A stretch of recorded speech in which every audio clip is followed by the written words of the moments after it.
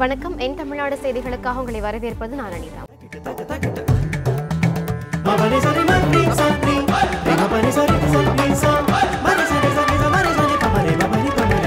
என் தமிழ்நாடு. இனி செய்திகளை விரிவாக பார்க்கலாம். உச்சநீதிமன்ற உத்தரவை மீறி கொடைக்கானலில் மனித கழிவுகளை மனிதனை அகற்றும் அவல்நிலை தொடர்வது அதிர்ச்சியை ஏற்படுத்தியுள்ளது. கொடைக்கானல் நகராட்சி கட்டண கழிப்பறையின் கழிவுகள் திறந்த வெளியில் தேங்கி துர்நாற்றம் வீசுவது குறித்து நியூஸ் 7 தமிழில் செய்தி வெளியானது. இதையடுத்து அங்கு கழிவுநீர் மற்றும் குப்பைகளை அகற்றும் பணி நடைபெற்று வருகிறது. ஆனால் கழிப்பறை கழிவுகளை அள்ளும் பணியில் 2 பேரை கொடைக்கானல் நகராட்சி அதிகாரிகள் ஈடுபடுத்தியிருப்பது பெரும் அதிர்ச்சியை ஏற்படுத்தியுள்ளது. மனித கழிவுகளை மனிதனை அகற்ற உச்சநீதிமன்றம் தடை விதித்துள்ள நிலையில் அதை மீறி இவ்வாறு சமூக அவலங்கள் தொடர்வது பொதுமக்களிடையே அதிருப்தியை ஏற்படுத்தியுள்ளது.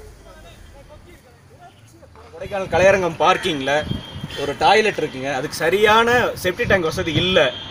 ஒரு 2 மாசமா செப்டி டேங்க்கு நிறைஞ்சு வழிஞ்சு போயிட்டு இருக்கு. ஆளை வச்சு கிளீன் பண்றாங்க, ஒரு டேங்கை வைக்கிறாங்க. எதுவுமே இது வரைக்கும் சரியில்லை. ஹெல்த் ஆஃபீஸர் வர்றாரு, அவர்கிட்ட கேட்டோம்னா முடிஞ்சதை பாருங்கிறாரு. இவ்வளோ கழிவு எல்லாம் வெளியேற்ற முடிஞ்சதை பாருங்கிறாரு. அதாவது நேற்றைய தினம் நியூஸ் 7 தொலைக்காட்சிக்கு நாங்கள் பேட்டி கொடுக்கும்போது இந்த பகுதியில் இருக்கக்கூடிய அந்த கழிப்பிடத்திலிருந்து கழிவுநீர் வெளியே வருது. அதை அகற்றுறதுக்காண்டி நகராட்சியில் மிகப்பெரிய ஒரு குழி தோன்றப்பட்டு அந்த குழி பாதுகாப்பு இல்லைன்னு சொல்லி நாம் நேற்று ஒரு பேட்டி கொடுத்தோம். அதை சரி செய்வதற்கான இன்று நகராட்சி வந்தது. அதை சரி செய்யாமல் உச்சநீதிமன்ற தீர்ப்பை காற்றில் பறக்க விட்டு மனிதனை வைத்து மனித கழிவுகளை அள்ளக்கூடிய ஒரு கேவலமான சூழலை இந்த நகராட்சி செஞ்சிச்சு. அதுவும் இல்லாமல் இந்த எந்தவித தீர்வுகளை கொண்டு வராமல் இந்த குழியை மூடப்பட்டுட்டு இப்போ அந்த கழிவுநீர்லாம் திருப்பி. கொடைக்கானலில் நிலவி வரும் கோடை சீசனை ரசிப்பதற்காக ஆயிரக்கணக்கான சுற்றுலா பயணிகள் தினமும் வந்து செல்கின்றனர். இந்நிலையில் KRR கலையரங்கம் பகுதியில் நகராட்சிக்கு கட்டண கழிப்பறையில் இருந்து வெளியேறும் கழிவுக்காக அண்மையில் 15 அடி ஆழத்திற்கு குழி தோண்டி 2 சின்டெக்ஸ் டேங்கை நகராட்சி நிர்வாகம் வைத்துள்ளது.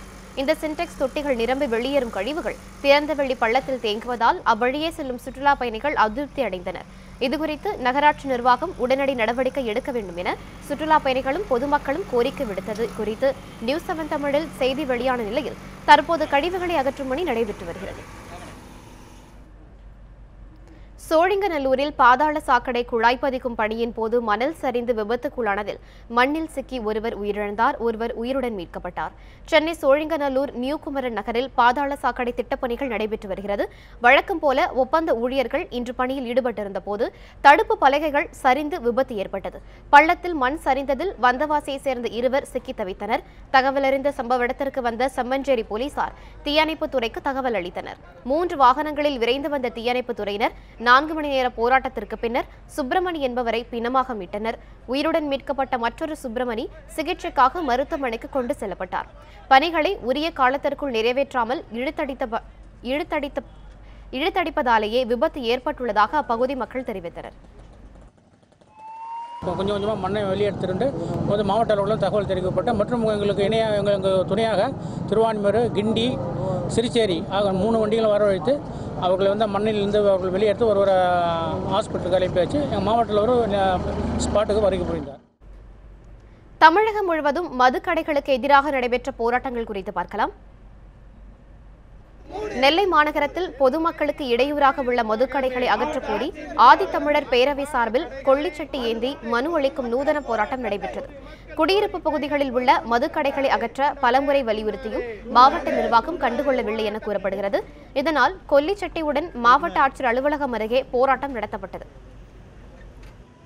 நெல்லை மாநகரில் பேட்டை, எம்ஜிஆர் நகர், உழவர் சந்தை, பாளையங்கோட்டை உழவர் சந்தை, டவுன் மாடத்தெரு என்கின்ற 3 பகுதியிலும் இருக்கக்கூடிய மதுபான கடைகளை அகற்ற வேண்டும் என்று தொடர்ச்சியாக பொதுமக்கள் போராட்டம் நடத்தி வருகிறார்கள். அவர்கள் அந்த போராட்டத்துக்கு மதிப்பளித்து மாவட்ட ஆட்சித்தலைவர் அவர்கள் அந்த மதுபான கடைகளை நிரந்தரமாக மூட வேண்டும் என்று நாங்கள் ஆதித்தமிழர் பேரவை சார்பில் வலியுறுத்துகிறோம். திருவள்ளூர் மாவட்டம் பொன்னேரி அருகே சீல் வைக்கப்பட்ட மதுக்கடை மீண்டும் திறக்கப்பட்டதால் பொதுமக்கள் வருவாய்த்துறையினருடன் வாக்குவாதத்தில் ஈடுபட்டனர். தடப்பெரும்பாக்கம் ஊராட்சி நடைபெற்ற கிராம சபை கூட்டத்தில் நிறைவேற்றப்பட்ட தீர்மானத்தின்படி அப்பகுதியில் செயல்பட்டு வந்த டாஸ்மாக்கு சீல் வைக்கப்பட்டது. ஆனால் தற்போது மீண்டும் திறக்கப்பட்ட கடையை மூடக்கோரி பொன்னேரி வட்டாட்சியர் அலுவலகத்தில் நடைபெற்ற ஜமாபந்தியில் பொதுமக்கள் அதிகாரிகளுடன் கடும் வாக்குவாதத்தில் ஈடுபட்டனர்.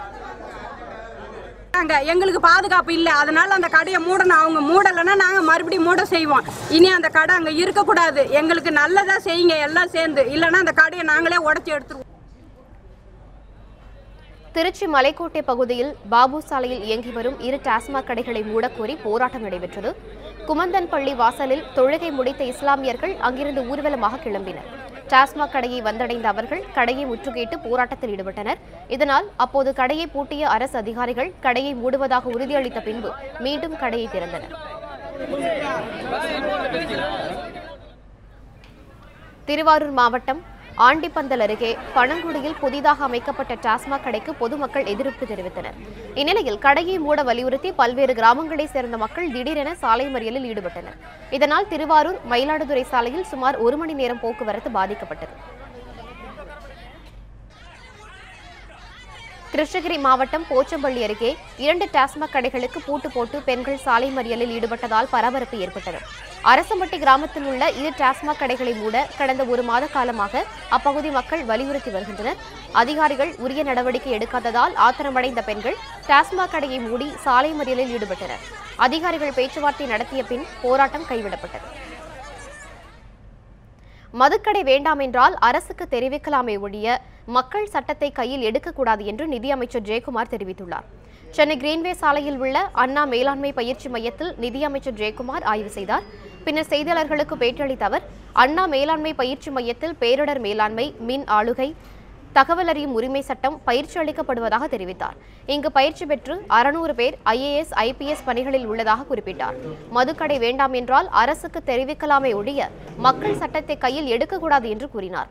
தேர்தலை கண்டு அதிமுக அம்மா அணி அஞ்சுவது கிடையாது என்றும் தமிழகத்தில் உள்ளாட்சி தேர்தல் தள்ளிப்போக திமுகவே காரணம் என்றும் கூறினார். மதுவை பொறுத்தவரையிலே படிப்படியாக மதுவிலக்கை அமல்படுத்த வேண்டும் என்பதுதான் அரசுடைய கொள்கை. எனவே அந்த அடிப்படையில் தான் அரசு செயல்பட்டு கொண்டிருக்கிறது. மக்களை பொறுத்தவரை இந்த இடத்தில் தேவையில்லை என்று சொன்னால் அது குறித்து அரசாங்கத்துடைய கவனத்திற்கு அவர்கள் எடுத்துக்கொண்டு வரலாம். இந்த இடம் எங்களுக்கு தேவையில்லை, இதனால் எங்களுக்கு பாதிப்பு என்று சொன்னால் அது குறித்து நாங்கள் மறுபரிசீலனை செய்வதற்கு அரசு தயாராக இருக்கின்றது. ஆனால் மாறாக சட்டத்தை யாரும் கையில் எடுத்துக்கொள்ளும். போக்குவரத்து தொழிலாளர்களின் கோரிக்கைகளை முழுமையாக நிறைவேற்ற தவறினால் மீண்டும் போராட்டம் நடத்தப்படும் என்று CITU மாநில தலைவர் சவுந்தரராஜன் தெரிவித்துள்ளார். நீலகிரி மாவட்டம் குன்னூரில் CITU மாநில கூட்டம் நடைபெற்றது. இதில் தமிழகத்தின் பல்வேறு பகுதிகளிலிருந்து போக்குவரத்து ஊழியர்கள் பங்கேற்றனர். கூட்டத்திற்கு தலைமை வகித்த CITU மாநில தலைவர் சவுந்தரராஜன் பின்னர் செய்தியாளர்களுக்கு பேட்டியளித்தார். சேலம், நெய்வேலி உள்ளிட்ட இடங்களில் உள்ள பொதுத்துறை நிறுவனங்களை தனியாருக்கு கொடுப்பதற்கு கண்டனம் தெரிவித்தார். விவசாயிகள் பிரச்சனையில் தமிழக மக்களை மத்திய அரசு ஏமாற்றி வருவதாக கூறினார். அரசு போக்குவரத்து ஊழியர்களின் வேலைநிறுத்தத்திற்கு பிறகு 750 கோடி மட்டுமே அரசு வழங்கியுள்ளதாகவும் ஊதியம் உட்பட தொழிலாளர்களின் கோரிக்கைகளை உடனடியாக நிறைவேற்றிவிட்டால் மீண்டும் போராட்டம் வெடிக்கும் என்றும் சவுந்தரராஜன் கூறினார். அரசு முறையாக நடவடிக்கை எடுக்கும் என்று எதிர்பார்க்கிறேன். மிக குறிப்பாக கிராமங்களிலே ஓடுகிற பேருந்துகள், நஷ்டத்தில் ஓடுகிற பேருந்துகள், இழப்பை உண்டாக்கக்கூடிய பேருந்துகள், இவையெல்லாம் நம்முடைய சமூகத்திற்கு அவசியம். அந்த பேருந்துகளை தொடர்ந்து இயக்க வேண்டியிருக்கிறது. ஆகவே அவற்றிற்காக அரசு ஒதுக்க வேண்டிய நிதியை ஒதுக்க வேண்டும். அப்போதுதான் போக்குவரத்து கழகம் நஷ்டத்திலிருந்து மீள முடியும். மாணவர்களுக்கு இலவசமாக தரக்கூடிய பயண வசதிக்கான இழப்பை அரசு ஈடுகட்ட வேண்டும். இதுதான் மின்வாரியத்தில் நடக்கிறது. ஆகவே அதற்கான நடவடிக்கையும் அரசு விரைந்து எடுக்க வேண்டும். 7வது ஊதியக்குழு பரிந்துரைகள் இம்மாத இறுதியில் அறிக்கையாக அரசுக்கு அளிக்கப்படும் என நிதித்துறை செயலாளர் சண்முகம் தெரிவித்துள்ளார். அரசு ஊழியர்களுக்கு மத்திய அரசின் 7வது ஊதியக்குழு பரிந்துரைத்துள்ள திருத்திய ஊதிய உயர்வு தொடர்பாக அங்கீகரிக்கப்பட்ட சங்கங்களின் கருத்துக்களை அறியும் வகையில் கருத்து கேட்பு கூட்டம் சென்னையில் தொடங்கியது. இன்று தொடங்கி 4 நாட்கள் நடைபெறும் இந்த கூட்டத்தில் 149 அங்கீகரிக்கப்பட்ட சங்கங்களின் கருத்துக்கள் கேட்கப்படும். மேலும் அங்கீகரிக்கப்படாத சங்க பிரதிநிதிகளிடமும் கருத்துக்கள் பெறப்பட உள்ளது. பின்னர் செய்தியாளர்களை சந்தித்த நிதித்துறை செயலாளர் சண்முகம் ஊதிய முரண்பாடுகளை களைந்து 7வது ஊதியக்குழு பரிந்துரையுடன் இணைந்து நிறைவேற்றப்படும் என்று தெரிவித்தார். இந்த குழுவின் பரிந்துரைகள் வரும் ஜூன் மாத இறுதியில் அரசுக்கு அறிக்கையாக வழங்கப்படும் என்று தெரிவித்தார். இதில் மேலும் சில முரண்பாடுகள் இருக்கிறது என்பதை இப்போ சங்கங்கள் அவர்கள் அதை குறிப்பிட்டு காட்டுகிறார்கள். அப்படி இருக்கும் பொழுது அந்த முரண்பாடுகளையும் அது எந்த அளவுக்கு நியாயம் இருக்கிறது என்பதை பார்த்து இந்த ஊதிய விகிதத்தை மாற்றி அமைக்கும் போது அதையும் சேர்த்து அது முறையாக ரெக்டிஃபை பண்ணுவது தான் ஒரு முறையாக இருக்கும். முரண்பாடுகளை களைந்துவிட்டு மறுபடி ஊதிய விகிதத்தை மாற்றுவது என்பது ஒரு நடைமுறைக்கு ஒத்து வராது. ஜிஎஸ்டி மசோதாவை எதிர்த்து ஜூன் 3ஆம் தேதிக்கு பிறகு தமிழகம் முழுவதும் தொடர் கடையடைப்பு போராட்டம் நடத்தப்படும் என வணிகர் சங்க பேரமைப்பின் தலைவர் விக்ரமராஜா தெரிவித்துள்ளார். கோவையில் தமிழ்நாடு வணிகர் சங்கங்களின் பேரமைப்பு சார்பில் ஜிஎஸ்டி மசோதா குறித்து ஆலோசனைக் கூட்டம் நடைபெற்றது. கூட்டத்திற்கு பிறகு செய்தியாளர்களிடம் பேசிய இந்த அமைப்பின் தலைவர் விக்ரமராஜா, வணிகர்களையும் பொதுமக்களையும் பாதிக்கும் ஜிஎஸ்டி மசோதாவுக்கு கண்டனம் தெரிவித்தார். இதனை எதிர்த்து ஜூன் 3ஆம் தேதிக்கு பிறகு தொடர் கடையடைப்பு போராட்டம் நடத்தப்படும் என கூறிய விக்ரமராஜா, வரும் 30ஆம் தேதி ஹோட்டல்கள், மருந்து கடைகள் அனைத்தும் நடத்தும் முழு அடைப்பு போராட்டத்திற்கு தமிழ்நாடு வணிகர் சங்க பேரமைப்பு ஆதரவு அளிப்பதாகவும் தெரிவித்தார். வருகின்ற ஜூன் 3ஆம் தேதி ஜவுளி, நகை போன்ற பொருள்களுக்கு வரி விதிப்பு என்ன என்பதை ஆய்வு செய்த பிறகு தமிழகம் தழுவிய அளவில் தொடர் கடையடைப்பு போராட்டத்தை தமிழ்நாடு வணிகர் சங்க பேரமைப்பும் ஒருங்கிணைப்பு குழுவும் கையில் எடுத்து மத்திய அரசு தார்மீகமாக இந்த வரி விதிப்பிலிருந்து சட்ட திருத்தம் கொண்டு வரக்கூடிய வகையை பேரமைப்பு செய்யும் என்பதை உறுதியோடு தெரிவித்துக் கொண்டு சாமித்தோப்பு ஐயா வைகுண்டர் தலைமைப்பதியில் தொடங்கியுள்ள வைகாசி திருவிழாவில் ஆயிரக்கணக்கான பக்தர்கள் கலந்து கொண்டனர். ஐயா வைகுண்டர் தலைமைப்பதி கன்னியாகுமரி மாவட்டம் சாமித்தோப்பில் உள்ளது. இக்கோவிலில் ஆண்டுதோறும் தை, ஆவணி, வைகாசி ஆகிய 3 திருவிழாக்கள் நடத்தப்பட்டு வருகிறது.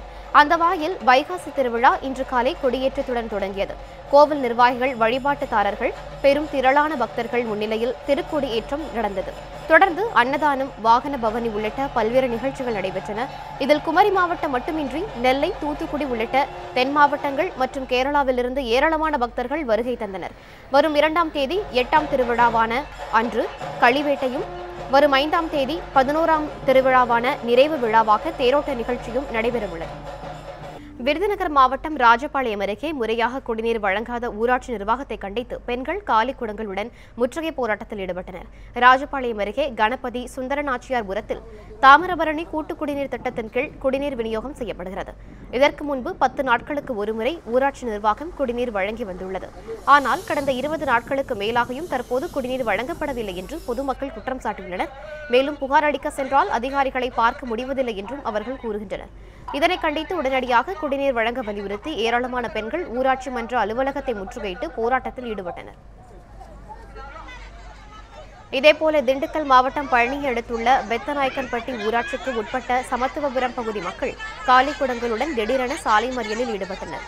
ஊராட்சி நிர்வாகம் முற்றிலும் குடிநீர் விநியோகத்தை நிறுத்தியதாகவும் தனியார் ஆலைகளுக்கு தண்ணீரை கொடுப்பதாகவும் மக்கள் குற்றம் சாட்டினர். இதனை கண்டித்து சாலை மறியலில் ஈடுபட்ட மக்களிடம் அரசு அதிகாரிகளும் போலீசாரும் பேச்சுவார்த்தை நடத்தி உரிய நடவடிக்கை எடுக்கப்படும் என்று உறுதியளித்தனர். எங்களுக்கு தண்ணி வசதி இல்லை. எங்களுக்கு சொந்த தண்ணி இருந்தது திருட்டுத்தனமா வேற பக்கம் போயிட்டு இருக்கு. எங்களுக்கு குடிநீர் வச்சுட்டு இருந்தாங்க. இப்போ இந்த 8 மாசமா குடிநீர் தண்ணி இல்லவே இல்லை. கூட்டு குடிநீர் தண்ணி இல்லவே இல்லை அப்படின்னு சொல்லிட்டாங்க. சரி, நாங்க விலைக்கு வாங்கி 7 பேர் சேர்ந்தாக்க 700 பண்ணி ஒரு வண்டி தண்ணி வர வைப்போம்.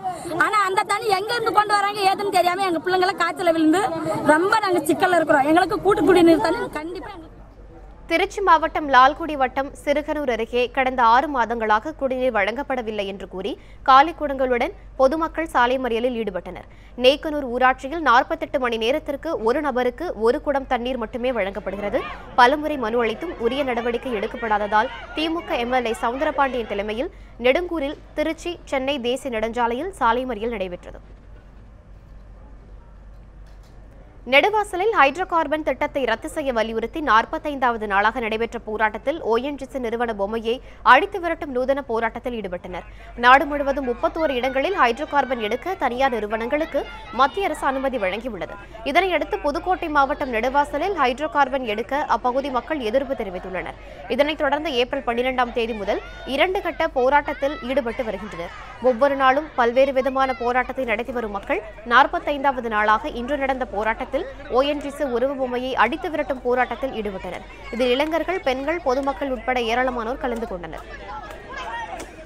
இது இளைஞர்களாக சேர்ந்து எந்த அரசியலே உள்ள நுழையாமல் நாங்கள் 45 நாளாக போராடிக்கிருக்கோம். இதுவரை எந்த எங்களுக்கு செவிசாய்க்கவே இல்லை.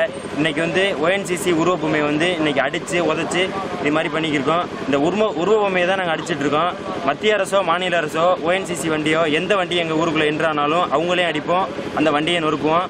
திருப்பூரில் தேசிய கொடி இறக்கும் நிகழ்வின் போது ஆயுதப்படை காவல் ஆய்வாளர் அவமரியாதையாக நடந்து கொண்டது காவல்துறையினர் மத்தியில் அதிர்ச்சியை ஏற்படுத்தியது. திருப்பூர் மாவட்டம் ஆயுதப்படை ஆய்வாளராக உதகையை சேர்ந்த முரளி என்பவர் பணிபுரிந்து வருகிறார். நேற்று மாலை மாவட்ட ஆயுதப்படை மைதானத்தில் தேசிய கொடி இறக்கும் நிகழ்வு நடைபெற்றது. இந்நிகழ்வுக்கு தலைமை தாங்க வேண்டிய ஆய்வாளர் முரளி சீருடை அணியாமலும் செல்போனில் பேசியபடியும் அலட்சியமாக காவலர்களுக்கு மரியாதை செலுத்தும் வீடியோ சமூக வலைதளங்களில் வெளியாகியுள்ளது. ஆயுதப்படை ஆய்வாளரின் இந்த செய்கை காவலர்கள் மத்தியில் அதிர்ச்சியை ஏற்படுத்தியது.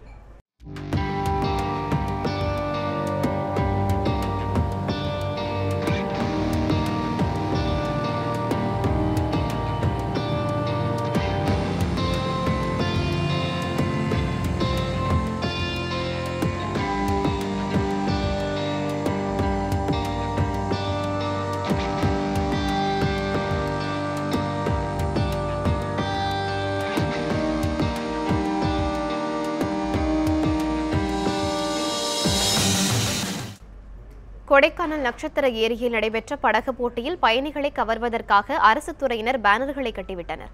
மலைகளின் இளவரசி என்று அழைக்கப்படும் கொடைக்கானலில் கோடை விழா நடைபெற்று வருகிறது. இதனை ஒட்டி பல்வேறு போட்டிகள் நடத்தப்பட்டு வருகின்றன. இன்று நடைபெற்ற அலங்கார படகு போட்டியில் தோட்டக்கலைத்துறை, சுற்றுலாத்துறை மற்றும் மீன்வளத்துறையினர் பங்கேற்றனர்.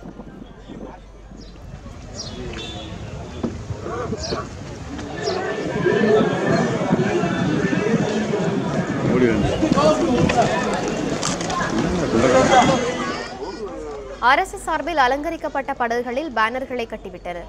தோட்டக்கலைத்துறை சார்பாக விடப்பட்ட படகில் தண்ணீர் புகுந்ததால் தண்ணீரை அகற்றும் நடவடிக்கையில் ஈடுபட்டனர். அவிநாசி பகுதியில் தண்ணீர் தொட்டியில் விழுந்து 5 வயது சிறுவன் பலியான சம்பவம் சோகத்தை ஏற்படுத்தியுள்ளது. திருப்பூர் மாவட்டம் அவிநாசியை அடுத்துள்ள வடுகப்பாளையம் ஊராட்சிக்கு உட்பட்ட பிச்சாண்டம்பாளையத்தில் வசித்து வருபவர் பன்னாரி. கூலி வேலை செய்து வரும் இவருக்கு மகேஸ்வரன் என்ற 5 வயது மகனும் 2 மகள்களும் உள்ளனர். நேற்று மாலை மகேஸ்வரன் வீட்டின் முன்பு விளையாடிக் கொண்டிருந்ததாக கூறப்படுகிறது. இதனையடுத்து நேற்று மாலை முதல் மகேஸ்வரன் காணாமல் போய்விட்டதாக இரவு முழுவதும் உறவினர்கள் தேடிக் கொண்டிருந்தனர். இந்நிலையில் இன்று காலை பன்னாரியின் வீட்டில் அருகில் உள்ள கருப்பராயன் கோவில் மதில் சுவரை ஒட்டியுள்ள ராமன் என்பவரது வீட்டின் முன்பு இருந்த கீழ்மட்ட தண்ணீர் தொட்டியில் மகேஸ்வரன் தவறி விழுந்து இறந்து கிடப்பது தெரியவந்தது. இதுகுறித்து சேயூர் போலீசார் விசாரணை மேற்கொண்டுள்ளனர். கால்நடைத்துறையால் வழங்கப்படும் வைக்கோல் தரமற்றுள்ளதாக கூறி சிவகங்கை ஆட்சியர் அலுவலகத்தில் விவசாயி ஒருவர் வாக்குவாதத்தில் ஈடுபட்டது பரபரப்பை ஏற்படுத்தியது. சிவகங்கை மாவட்ட ஆட்சியர் அலுவலக கூடாரங்களில் விவசாயிகள் குறைதீர் கூட்டம் நடைபெற்றது. ஆட்சியர் மலர்விழி தலைமையில் நடைபெற்ற இக்கூட்டத்தில் ஏராளமான விவசாயிகள் கலந்து கொண்டனர். அப்போது கால்நடைகளுக்கு மானிய விலையில் வைக்கோல் வழங்கப்படும் திட்டத்திற்கு விவசாயிகள் வரவேற்பு தெரிவித்தனர். ஆனால் பெயரளவுக்கு மட்டுமே இந்த திட்டம் செயல்படுத்தப்படுவதாகவும் வைக்கோல்கள் தரமில்லாமல் இருப்பதாகவும் குற்றம் சாட்டினர். ஆட்சியர் மறுப்பு தெரிவித்ததற்கு பதிலளித்த விவசாயிகள் வாக்குவாதத்தில் ஈடுபட்டதால் பரபரப்பு ஏற்பட்டது. இதனையடுத்து கால்நடைத்துறை அதிகாரிகள் நடவடிக்கை எடுக்கும்படி ஆட்சியர் உத்தரவிட்டார். அரசாங்கம் இதுக்கான மானியத்தில் 2 ரூபா விலையில் 1 கிலோ வைக்கோலை கொடுக்கணும்னு சொல்லியிருக்காங்க. இது முறையாக விவசாயிகளுக்கு போய் சேரலை. 1 2 விவசாயிகளுக்கு அட்டையும் முறையாக கொடுக்கப்படலை. கொடுக்கப்படுறதுல ஒரு 150 கிலோ வைக்க கொடுக்கணும்னா வாரத்தில் ஒரு நாள் கொடுக்குற ஒரு நிலைமை இருக்குது. அந்த வைக்கலும் தரமற்ற வைக்கலா. இந்த வைக்கலை தின்னா முழுக்க மாடுகளுக்கு பல நோய்கள் வரும், கழிச்சல் வரும். இத்துடன் என் தமிழ்நாட்டில் செய்திகள் நிறைவுற்றன. தொடர்ந்து இணைந்திருங்கள் நியூஸ் 7 தமிழோடு.